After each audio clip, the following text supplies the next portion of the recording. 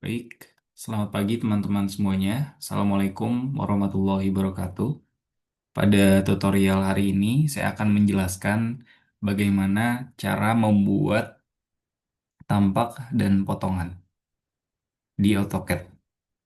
Pada pertemuan sebelumnya, pada hari Jumat, saya sudah jelaskan apa perbedaan tampak dan potongan itu sendiri. Jadi, kalau potongan itu kita memasukkan objek-objek atau elemen yang ada di garis yang kita potong gitu.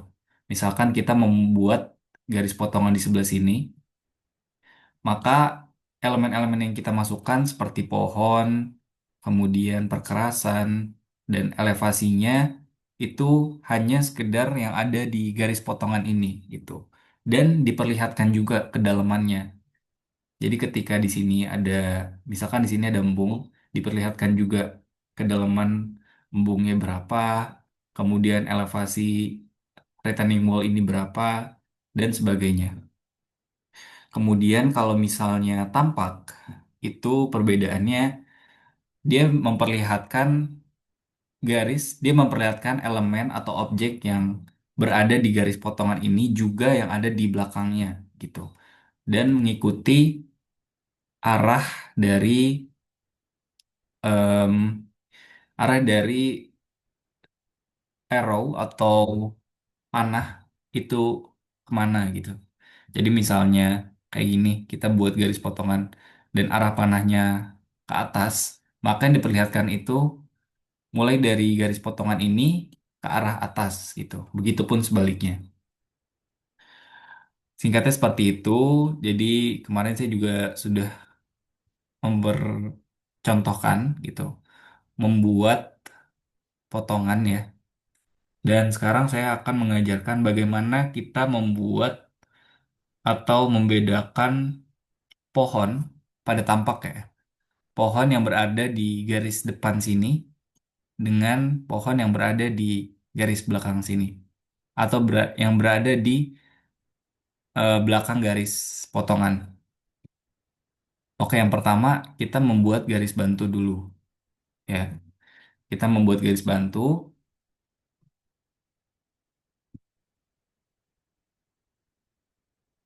Nah, kita contohkan dua pohon ini saja ya. Karena kalau misalnya dilanjutin ini bakal lama. Saya hanya menyontohkan saja.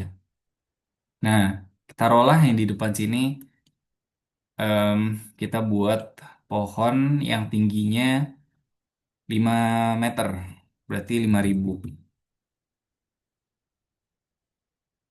Oke. Dan yang di belakang sini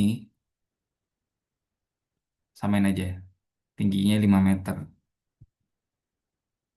Nah, usahakan teman-teman kalau membuat catatan lagi ya, kalau membuat tampak ataupun potongan, usahakan yang dibuatkan tampak dan potongan itu merupakan feature atau misalnya eh, suatu desain unggulan lah dari desain teman-teman, suatu objek unggulan atau suatu ya itu suatu feature unggulan dari desain teman-teman supaya kita bisa memperlihatkan oh ini dari perspektif mata manusianya seperti ini gitu. Kalau misalkan side plan kan itu secara keseluruhan saja lah, secara keseluruhan saja, secara general in general. Jadi kita tidak bisa melihat perspektif dari mata manusia itu seperti apa bentuknya gitu. Nah, jangan lupa juga ditekankan kalau misalnya membuat tampak dan potongan ini supaya semakin mempermudah, kita perlu main layer ini. Jadi kita bisa mengubah warnanya. Misalkan ini kita buatkan lagi yang baru. Series. Kita ubah warnanya warna kuning. Gitu. Nah, kita bisa ubah di sini.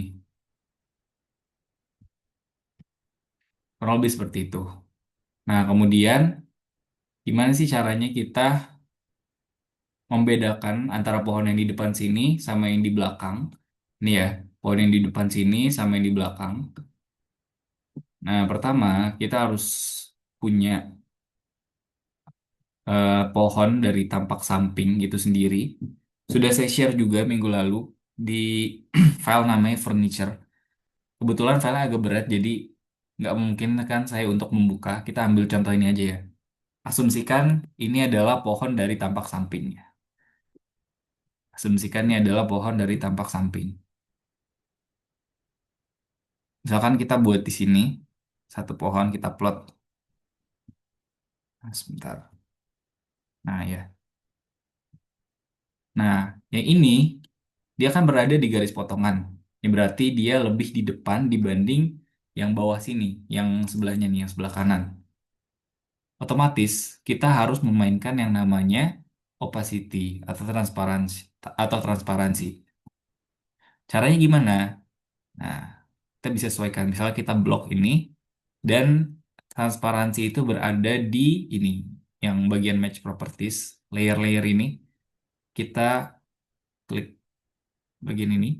Nah, ini transparansi. Bisa kita sesuaikan gitu. Misalkan apa ya? 40. Nah, secara otomatis dia warnanya akan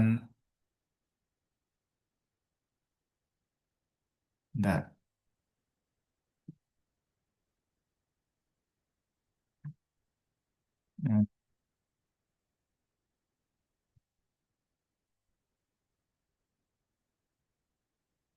Nah, nanti setelah diplot itu, secara otomatis dia warnanya tuh akan kelihatan lebih pudar gitu dibanding yang ini. Kelihatan nggak sih? Kalau di sini nggak terlalu kelihatan, tapi kalau diplot nanti akan lebih kelihatan gitu. Nah, kurang lebih seperti itu. Mungkin itu sih ya yang paling apa namanya, paling krusial. Kalau misalnya kita buat tampak, karena dia kan memperlihatkan eh, view secara keseluruhan gitu, bukan hanya di garis potongan tapi juga di belakangnya. Nah, maka dari itu permainan transparansi ini sangat penting. Sebenarnya nggak ada hitungan tepatnya, tapi kita bisa sesuaikan. Kalau misalnya sekiranya masih kelihatan menumpuk, itu bisa ditambahin lagi transparansinya. Seperti itu. Kemudian begitupun objek-objek lainnya ya, elemen-elemen lainnya, mau itu hardscape, mau itu softscape, bisa disesuaikan transparansinya. Mengikuti order atau misalnya urutan dari ini, dari garis potongan ke belakang gitu. Kurang lebih seperti itu. Kemudian perbedaan potongan dan tampak itu juga seperti yang saya sudah sebutkan tadi, potongan itu lebih memperlihatkan secara detail bagian yang dipotong sampai kedalamannya, gitu, kedalaman tanah. Semisal di situ ada pompa air, maka diperlihatkan juga kedalaman pompa airnya itu berapa. Terus, misal ada kolam retensi, diperlihatkan juga kedalamannya berapa dan sebagainya. Nah, gimana cara kita tahu ukuran yang spesifik atau yang terukur dalam membuat potongan ini? Caranya adalah kita bisa membuat garis elevasi. Ya, kita cara membuat garis elevasi per intervalnya itu biasanya per 1 meter. Jadi dibuat kayak gini. Contohnya saya lihatkan contohnya saja ya. Nah, seperti ini. Kelihatan nggak? Jadi di sini kan ada nih garis bantu atau garis elevasinya. Nah, titik nolnya itu adalah ya permukaan permukaan ininya, permukaan permukaan dasarnya gitu, permukaan dasar dari si tapak tersebut. Kemudian kedalamannya itu berapa? Kalau misalnya ada pompa, pompa air atau kolam itu kan bisa disesuaikan gitu kedalamannya. Nah, ini adalah titik nol, terus ke atas, lagi per 1 meter, 1 meter, 1 meter, 1 meter sampai ke atas. Dan gitu. Cara buatnya gimana? Sebenarnya cara buatnya ya simpel ya. Kita buat garis gini dulu, terus kita bisa ubah di sini nih. Saya bisa bisa ubah di by layer ini. Kita klik others.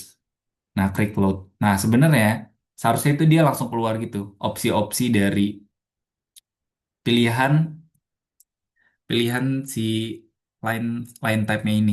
Ada yang garis putus-putus, ada yang garis putusnya itu eh, intervalnya berapa. Nah, itu bisa disesuaikan.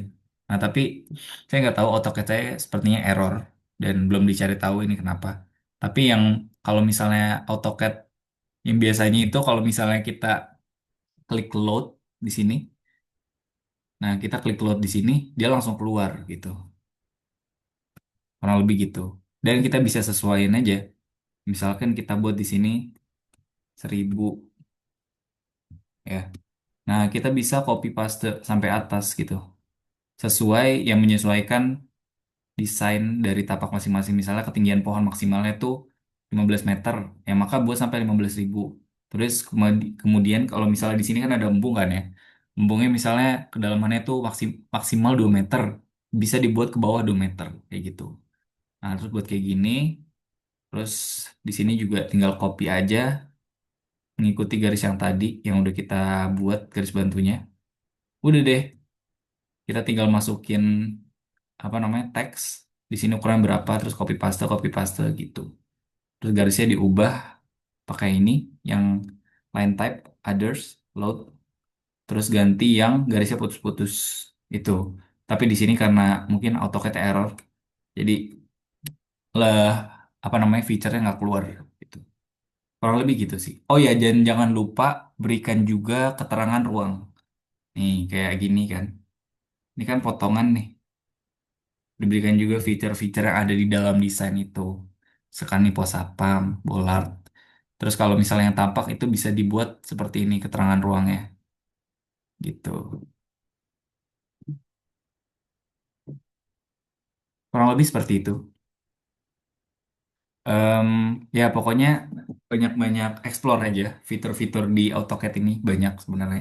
Dan kalau misalnya masih bingung, again bisa ditanyain ke kami selaku asisten praktikum ke saya Fazil atau ke Kak Dewi ya, ke Kak Salsa.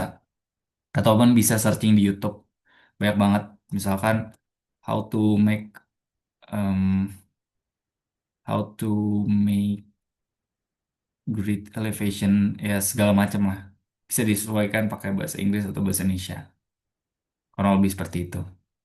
Oke, mungkin itu saja yang bisa saya sampaikan. Kurang lebihnya mohon maaf. Selamat mengerjakan. Terima kasih. Assalamualaikum warahmatullahi wabarakatuh.